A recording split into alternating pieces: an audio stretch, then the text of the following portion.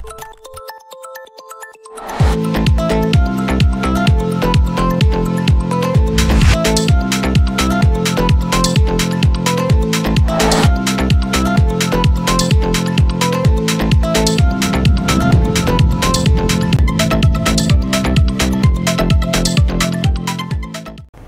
Sumsel 24 jam hari ini.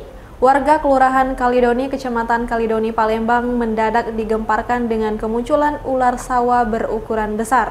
Reptil yang juga dikenal dengan sebutan ular sanca kembang ini kedapatan memangsa ayam ketawa milik seorang warga setempat. Hidayat, warga Jalan RW Monginsidi, RT 9, RW 2, Kelurahan Kalidoni, Kecamatan Kalidoni, Palembang, kembali gigit jari. 4 kali kandang ayam miliknya disatroni kawanan ular sawah. Terakhir akad pagi kemarin, seekor ayam ketawa milik Hidayat ditelan mentah-mentah oleh seekor ular sawah sepanjang 3 meter.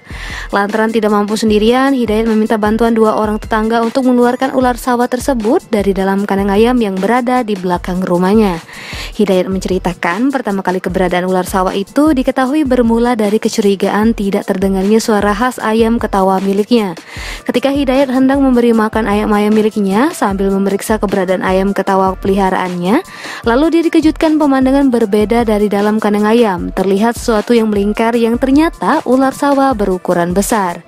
Menurut Hidayat, seringnya ayam-ayam ternak miliknya menjadi sasaran empuk ular sawah karena ada sebidang lahan tepat di samping rumahnya yang dibiarkan kosong oleh pemiliknya, sehingga ditumbuhi pepohonan liar dan semak belukar. Reporter Muhammad Iqbal, palfresh.com. Pemirsa, Palembang Square Mall bakal menggelar event kuliner bertajuk Festival Jajanan Snack Corner.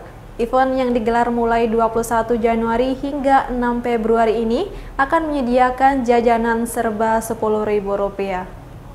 Bagi Anda pecinta jajanan di mall, jangan lewatkan event kuliner di Palembang Square Mall pada 21 Januari hingga 6 Februari mendatang. Event bertajuk Festival Jajanan Snack Corner ini menyediakan jajanan dengan harga serba Rp10.000. Markom Manager PS Mall Intan Indriana mengatakan event kuliner nanti berada di lantai 4 dan tenan yang menjual makanan lebih ke makanan ringan. Event tersebut digelar sebagai upaya dari manajemen mall untuk membantu para pelaku UMKM di bidang kuliner. Diharapkan melalui event tersebut mampu menarik minat pengunjung untuk datang ke PS Mall. Selain itu, di lantai 4 juga tersedia area space community yang bisa digunakan untuk beragam acara mulai dari seminar, aksi donor darah, dan talk show dengan kapasitas 50 orang lebih. Kami di tanggal 21 November 21 Januari ini masih akan ada festival snack corner. Tempatnya di sini di lantai 4 dekat dengan kemudian ada Sinamara Sekwan. Di sini akan dihadirkan jajanan ya, jadi makanannya tidak makanan berat, artinya benar-benar snack yang orang mungkin habis dari bermain, ada cemilan-cemilan, nanti dia bisa makannya dan datang ke stand atau booth kuliner yang ada di sini tempatnya. Makanannya ada apa aja Mbak, variannya Mbak? Makanannya sih kalau tadi kita udah seleksi dari fast food itu nanti akan ada kue balok, ada donat, ada jenis pangsit, dimsum, kemudian ya masih banyak Pak yang lain Pak, mungkin roti-rotian pun akan ada. Reporter dan juru kamera Ella Sulistiana, palfresh.com. Reza Pahlevi terpilih Ketua MUI Kota Palembang periode 2022 hingga 2027. Terpilihnya Kepala BKP SDM Kota Palembang ini menggantikan Saim Marhadan pada periode sebelumnya. Reza Pahlevi resmi menjabat Ketua MUI Kota Palembang periode 2022 hingga 2027, menggantikan Saim Marhadan. Terpilihnya Reza dalam musyawarah daerah ke-9 yang digelar di Parameswara yang dibuka langsung Sekretaris Daerah Kota Palembang Ratu Dewa kemarin. Reza bertekad akan membawa MUI Kota Palembang lebih baik dari sebelumnya. Langkah pertama yang dilakukan dengan melakukan perbaikan ekonomi umat yang dimulai dari pemetaan potensi, kemudian desain atau tahapan ekonomi umat itu sendiri. Untuk itulah dirinya akan membangun sinergi dengan stakeholder yang ada, mulai dari pemerintah, Basnas maupun perusahaan daerah. Yang kerjaan kita kan setelah dilantik ini? Ya, yang pertama program keumatan di Kota Palembang itu bisa terjalin, ukhuwah Islamiyah antara ulama, umaro itu itu bisa terjalin dengan baik, dan konsep strategis kita ke depan bagaimana ekonomi umat bisa kita kuatkan di Kota Palembang. Dari mulai titik nol kita berusaha terus dan terus, mudah-mudahan target bisa tercapai, ekonomi umat di Kota Palembang bisa terjalankan dengan baik. Langkah untuk ekonomi umat itu seperti apa? Ya, jadi yang pertama kita pemetaan potensi yang ada di Kota Palembang. Yang kedua kita coba membuat rumusan tentang tahapan-tahapan grand design ekonomi umat itu.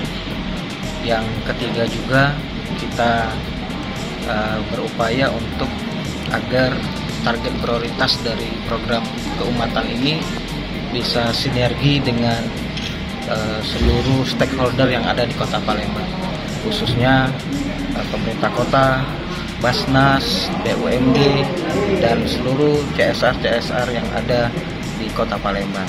Sementara itu, Sekda Kota Palembang, Ratu Dewa, meminta kepada MUI Kota Palembang yang terpilih dapat mampu membawa MUI Kota Palembang dapat lebih baik. Sesuai dengan namanya, Majelis Ulama harus menunjukkan kemajelisannya dan juga harus dapat bersinergi dengan adat istiadat lokal.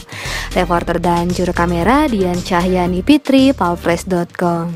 Berita terakhir Sumsel 24 jam hari ini. Jalan cerita dalam kasus pembunuhan terhadap Husni menemui titik terang setelah menghadirkan saksi pada rekonstruksi yang digelar Satreskrim Polrestabes Palembang. Aksi pembunuhan yang terjadi pada 3 Desember 2021 ini diduga bermotif hutang piutang. Rekonstruksi yang digelar anggota unit Ranmor Satreskrim Polrestabes Palembang secara runtut memperlihatkan adegan demi adegan cerita hingga terjadi pembunuhan terhadap korban Husni. Dalam 23 adegan yang digelar di halaman Mapolrestabes Palembang ini tidak hanya menghadirkan pelaku, namun juga para saksi yang diduga mengetahui penyebab kejadian hingga terjadinya aksi tersebut. Kapolrestabes Palembang Kombes Pol Muhammad Ngajib melalui Kanit Ranmor Ibtu Irsan Ismail mengatakan rekonstruksi dilakukan untuk mengetahui kronologi dan melengkapi berkas. Menurut dia, rekonstruksi ini penting digelar untuk melihat kepastian pelaku saat menghabisi nyawa korban. Dari adegan yang diperankan pelaku dan saksi diketahui bahwa kejadian bermula ketika pelaku bertemu dengan korban. Selanjutnya pelaku menanyakan uang sebesar Rp500.000 yang dipinjam korban hingga akhirnya terjadi cekcok mulut dan berujung duel maut yang menyebabkan korban meninggal dunia. Dari adegan ini sendiri motifnya apa nih? Motif masalah utang, di mana korban untuk punya utang langsung ke kamera, langsung dibalas oleh korban. Terjadilah perkelahian yang mengatakan mati di tempat. Berarti korban ini mendatangi rumah pelaku? Enggak, ketemu di jalan. Korban nanya mana uang yang dipinjam, kamera. Berarti ini murni motif hutang piutang. Reporter dan juru kamera Kurniawan, palfresh.com. Demikianlah berita Sumsel 24 jam hari ini.